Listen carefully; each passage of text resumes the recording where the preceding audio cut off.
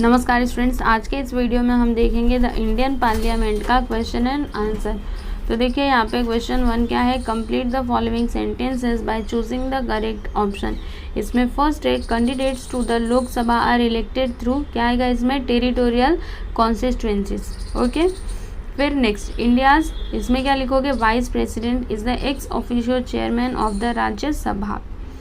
फिर यहाँ पे सेकंड क्वेश्चन देखेंगे तो फाइंड एंड राइट, इसमें फर्स्ट है members of Lok Sabha and Rajya Sabha are known as, क्या बोला जाता है, मेंबर ऑफ पार्लियामेंट। फिर दूसरा, the responsibility of making laws is with, क्या आएगा यहाँ पर, पार्लियामेंट। ओके, चलो यहाँ पे थर्ड देखो, explain the following statement with reasons. इसमें फर्स्ट स्टेटमेंट है Rajya Sabha is a permanent house, इसका रीजन आपको लिखना है।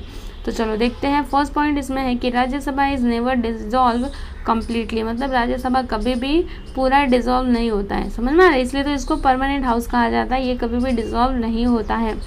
1/3 of the members of the Rajya Sabha who have completed their tenure of 6 years retire after every 2 years and equal number of new members get elected। मतलब क्या होता है, 1/3 जो member होते हैं राज्यसभा के वो हर 2 साल के बाद क्या होते हैं, रिटायर होते हैं और फिर इलेक्शन होते हैं उनके लिए, मतलब फिर नए मेंबर क्या होते हैं, चुने जाते हैं। As limited member of Rajya Sabha retire step by step and Rajya Sabha functions smoothly, मतलब क्या होता है, जो मेंबर्स होते हैं वे स्टेप बाय स्टेप रिटायर होते रहते हैं, फिर उनकी जगह पे नए नए मेंबर्स आते रहते हैं, इसलिए जो राज्यसभा है वो, मतलब राज्यसभा का जो भी काम है वो स्मूथली चलता रहता है। Therefore Rajya Sabha is called as permanent house, इसीलिए राज्यसभा को क्या कहा जाता है, परमानेंट हाउस कहा जाता है, क्योंकि ये कभी भी डिसॉल्व नहीं होता है। ठीक है, चलो आगे देखो,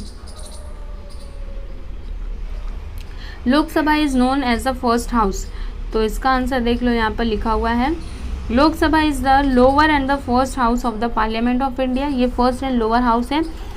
Lok Sabha is the house of representatives directly elected by the people, hence the Lok Sabha is called the first house। चलो यहाँ पे फोर्थ देखना, answer the following in 25 to 30 words.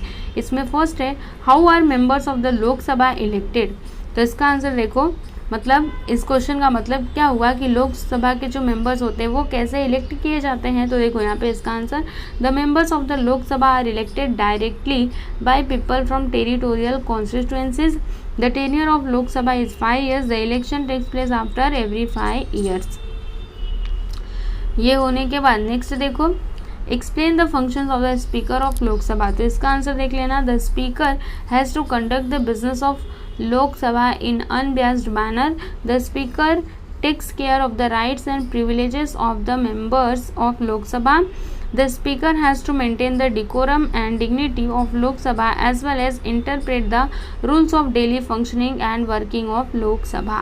Okay, तो ये हो गया इसका आंसर। नेक्स्ट देखेंगे यहाँ पर fifth, explain the steps involve in the law making process, तो इसका आंसर देखो यहाँ पे, first reading, second reading, third reading, मतलब कोई भी अगर लॉ बनाना होता है तो उसके लिए स्टेप है, ऐसे डायरेक्टली लॉ नहीं बन जाता है। ठीक है, तो देखो यहाँ पर दिया गया है कि the bill has to undergo the following process in order to become a law, मतलब उस बिल को ना इन प्रोसेस से गुजरना पड़ता है, अगर कोई लॉ या फिर एक्ट बनना है उसको तो उस बिल को इन प्रोसेस से गुजरना पड़ता है। कौन कौन से प्रोसेस हैं, पहला देखो फर्स्ट रीडिंग, तो इसमें क्या होता है, the bill is first presented in the parliament by the concern department and its structure is briefly explain, मतलब पहले क्या किया जाता है ना, पार्लियामेंट में इसको प्रेजेंट किया जाता है और फिर बताया जाता है कि ये क्या है क्या नहीं है, उसके बारे में एक्सप्लेन किया जाता है। फिर सेकेंड रीडिंग में क्या होता है, देखो there are 2 stages of second reading, देखो सेकेंड रीडिंग के ना 2 stages हैं। फर्स्ट क्या है कि in the first stage the objective of the proposed bill are discussed and members of the house express their opinion on it, and second stage है the reading begins, the bill is discussed clause by clause, members can suggest changes after this voting is done, मतलब इसके बाद क्या होता है, voting होता है। Okay, मतलब जो मेंबर्स होते हैं वो सजेस्ट करते हैं कि ये चेंजेस होने चाहिए, इसमें ये गड़बड़ है, एंड उसके बाद वोटिंग करवाते हैं। फिर थर्ड रीडिंग में क्या होता है, the bill is discussed in the third reading, voting is done for approval of the bill, after the final assent and signature of the president the bill is converted into law. Okay, तो ये हैं steps law making processes के, जो आपको याद रखना है। First reading होता है, सेकेंड रीडिंग होता है एंड थर्ड रीडिंग होता है, क्या क्या होता है आप समझ गए हैं। आप इसको एक बार फिर से रीड करिएगा, आपको समझ आएगा। ठीक है, तो चलो देख लो इसका आंसर।